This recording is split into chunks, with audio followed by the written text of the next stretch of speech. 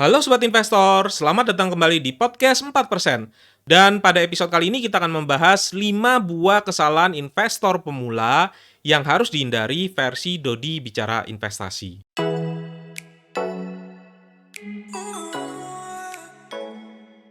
Sobat investor, mungkin ada yang menyadari bahwa saya sering sekali berinteraksi dengan para sobat investor semua dan membalas mungkin lebih dari 90% pertanyaan yang masuk mulai dari kolom komentar di YouTube, DM Instagram, ataupun di grup diskusi. Dan video ini merangkum beberapa kesalahan investor pemula yang sempat saya amati melalui interaksi saya selama ini dengan para sobat investor sekalian di channel Dodi Bicara Investasi sepanjang 1,5 tahun sejak channel ini berdiri. Nah, hayo, siapa yang di sini belum pernah tanya-tanya sama sekali? Silakan tanya aja sebanyak-banyaknya, tuliskan di kolom komentar. Siapa tahu pertanyaan kalian juga bisa membantu investor lainnya dan bisa menjadi inspirasi saya dalam membuat konten. Oke, di beberapa kesempatan mungkin ada yang pernah mendengar kutipan ini.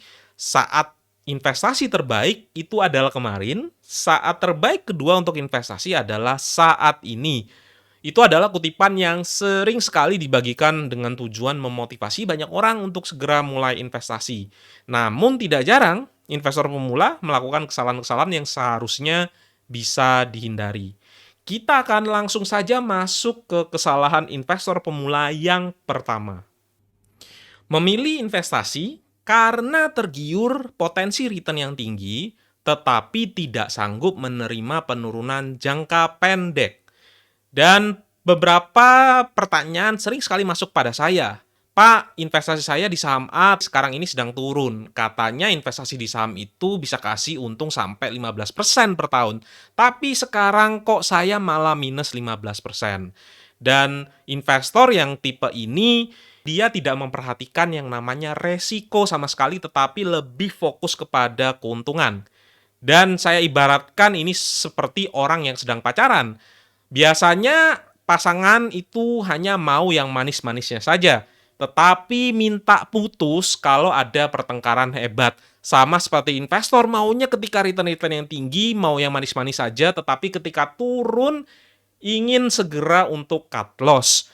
Maka tujuan kita untuk bisa bebas finansial atau diibaratkan ketika orang pacaran itu adalah tujuannya untuk ke jenjang selanjutnya dan hidup bahagia, itu tidak akan bisa tercapai kalau sedikit-sedikit keluar dari investasi, tidak akan bisa mendapatkan return dalam jangka panjang yang tinggi.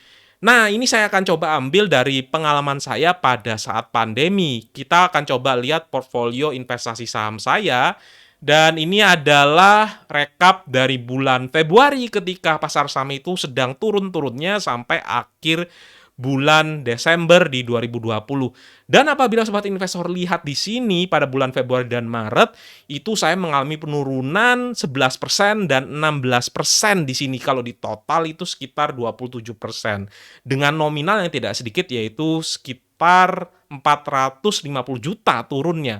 Bayangkan ketika saya ingin mendapatkan return yang tinggi tetapi saya tidak mau menerima kerugian atau penurunan nilai dalam jangka pendek, maka saya tidak layak untuk menerima kenaikan investasi saya di bulan-bulan berikutnya, seperti yang sobat investor lihat pada layar. Nah, kesalahan yang ini sobat investor bisa hindari ya dengan memilih investasi yang memang cocok dengan profil resiko dari sobat investor sekalian. Apabila memang tidak kuat ketika mengalami penurunan, ya jangan investasi di seperti saham ataupun reksadana saham. Oke, kita akan lanjut ke kesalahan investor pemula yang kedua. Belum punya dana darurat atau emergency fund sebelum memulai investasi. Nah, bayangkan sobat investor memasukkan uangnya ke dalam instrumen investasi, tetapi tidak mempersiapkan dana darurat, dan ternyata butuh uang secara mendadak. Yang terjadi adalah bisa-bisa investasi tersebut harus dicairkan untuk mengcover kebutuhan mendadak tadi, dan dicairkannya dalam keadaan merugi. Apalagi ketika investasinya dimasukkan, misalnya ke saham ataupun reksadana saham, yang kalau seandainya dalam jangka pendek bisa terjadi penurunan. Ataupun mungkin sobat investor investkan ke properti, di mana properti tersebut tidak liquid dan susah sekali dijual dalam waktu waktu yang cepat. Nah, sobat investor bisa hindari ini dengan mempersiapkan dana darurat. Berapa sih besarnya dana darurat yang harus dipersiapkan ya? Biasanya itu berkisar antara 3 sampai 12 bulan pengeluaran. Kalau saya sendiri, saya memakai angka 6 bulan pengeluaran dan komposisinya saya masukkan kombinasi antara tabungan dan reksadana pasar uang. 1 bulan pengeluaran saya masukkan di tabungan dan 5 bulan pengeluaran saya masukkan di reksadana pasar uang. Oke, dan kita akan lanjut ke kesalahan investor pemula nomor 3. Merasa sedang berinvestasi tetapi ternyata yang dilakukan adalah spekulasi. Dan ini sangat bahaya sekali ya apabila seorang investor itu tidak tahu atau tidak sadar kalau dirinya itu sedang berspekulasi. Saya ada video khusus yang membahas bedanya investasi dan spekulasi secara panjang lebar. Linknya akan saya tuliskan di deskripsi ya. Tetapi gambaran garis besarnya adalah seorang investor, anggaplah ingin berinvestasi saham, maka dia harus melakukan analisa yang menyeluruh terhadap saham yang ingin dibeli. Di balik dari saham itu ada perusahaan. Sehingga investor tersebut ketika ingin membeli saham ya harus menganalisa bisnisnya itu seperti apa, membaca laporan keuangannya, mencari tahu apa prospeknya di masa yang akan datang, mencoba untuk menganalisa berapa nilai wajarnya dan membeli saham tersebut dengan harga yang reasonable. Itu namanya investasi. Kita tidak membeli kucing dalam karung. Nah, bedanya dengan spekulasi adalah orang yang berspekulasi itu akan membeli suatu instrumen investasi, misalnya saham, dengan harapan saham tersebut akan naik, ada orang yang mau membeli di harga yang lebih tinggi. Nah, jangan sampai kita merasa kalau kita itu berinvestasi, tetapi yang kita lakukan itu adalah yang dilakukan orang-orang yang sedang berspekulasi. Melihat berita, melihat isu, membeli berdasarkan emosi, berdasarkan sentimen sesaat, itu adalah juga spekulasi. Oke, sekarang kita akan masuk ke kesalahan investor pemula yang keempat. Suka meminta dan mencari rekomendasi investasi, khususnya investasi saham, dari orang lain. Nah, kesalahan dari investor pemula adalah dia suka sekali untuk ikut berbagai macam grup, mencari rekomendasi-rekomendasi saham, dan membeli berdasarkan dari rekomendasi orang lain. Nah, saya tidak setuju dengan hal ini, dan tentu saja saya tidak juga memberikan rekomendasi saham apapun kalau sobat investor perhatikan ya. Menurut saya itu tidak bijak sama sekali mengandalkan rekomendasi orang lain tanpa menganalisa sendiri.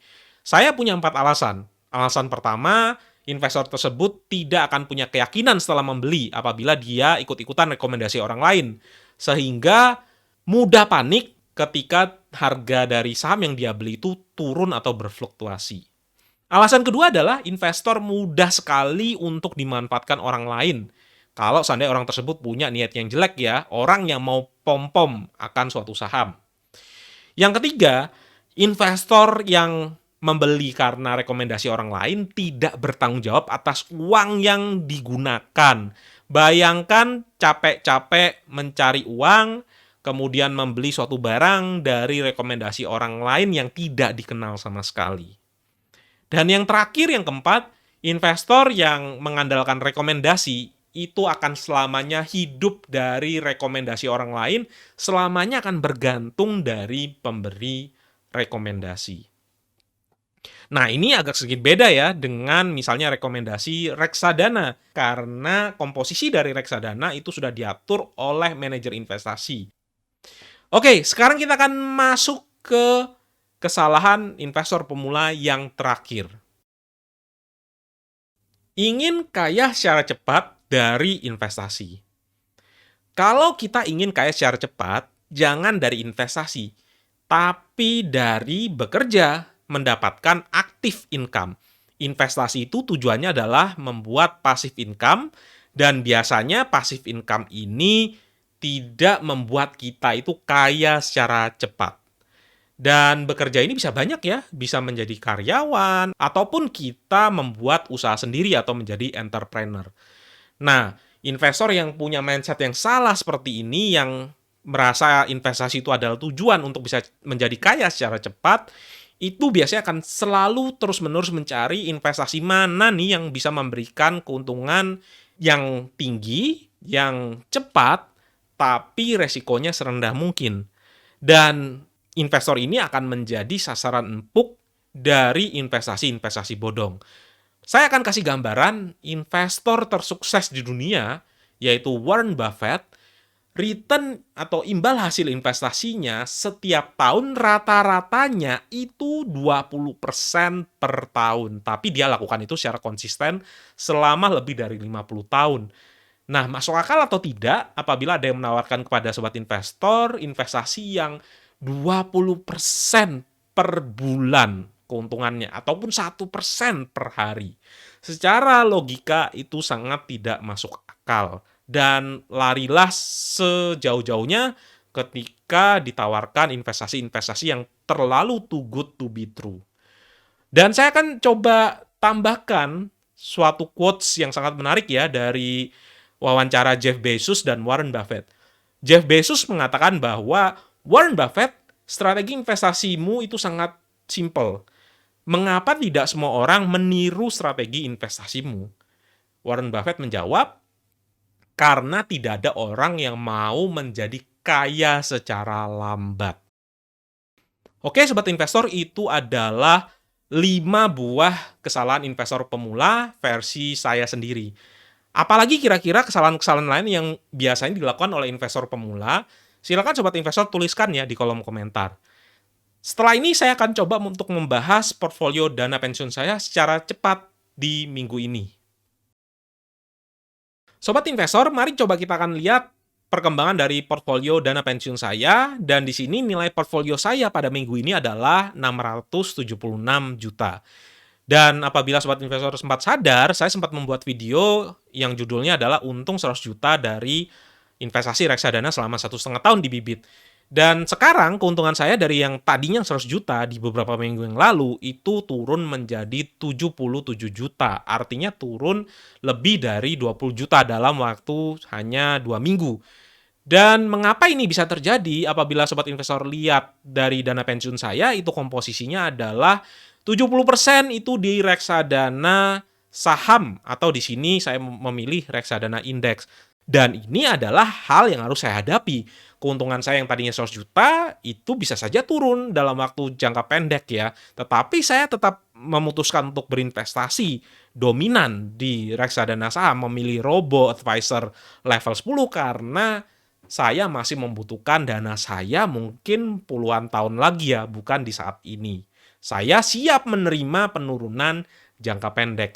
Nah, apakah sobat investor yang memilih profil resiko yang tinggi itu sudah siap ketika berinvestasi, nilai dari investasinya itu turun? Karena memang yang namanya saham itu sangat berfluktuasi. Oke, kita akan coba lihat komposisi dari dana pensiun saya di sini. Untuk pasar uang sendiri itu adalah 6% alokasinya, obligasi 15%, dan reksadana saham 79%. Pembelian-pembelian saya di dana pensiun itu saya alokasikan ke reksadana obligasi dan pasar uang karena memang alokasi dari reksadana saham saya itu sudah melampaui target. Kita akan coba lihat ya untuk pasar uang sendiri. Sekarang kita sudah bisa investasi ke Sukor Invest Money Market Fund, sudah dibuka kembali. Ini juga ada juga ya, Sukor Invest Syariah Money Market Fund. Berikutnya untuk reksadana obligasi, saya punya 3 buah reksadana, yaitu Schroder Dana Mantap Plus 2, Majoris Sukuk Negara Indonesia dari Cashback ketika memasukkan kode referral Dodi Bicara Investasi, dan juga ada dari ABF Indonesia Bond Index Fund. Oke, dan yang terakhir itu adalah di reksadana saham di sini, di mana saya memilih reksadana saham yang dikelola secara pasif, yaitu reksadana indeks. Dan reksadana indeks yang saya pilih itu adalah reksadana indeks IDX30. Bagi sobat investor yang belum sempat menonton mengapa saya itu memilih reksadana indeks IDX30, bisa cek video kupas tuntas reksadana indeks terbaik. Di situ nanti saya jelaskan alasan-alasan saya memilih reksadana IDX30. Oke, Sobat Investor, cukup sekian update perkembangan portfolio dana pensiun saya, dan sekali lagi apabila Sobat Investor masih punya pertanyaan bisa dituliskan di kolom komentar, siapa tahu nanti bisa berguna bagi Sobat Investor yang lain. Dan juga terima kasih bagi Sobat Investor yang sudah menonton video ini dari awal sampai akhir. Kita berjumpa lagi di episode-episode selanjutnya.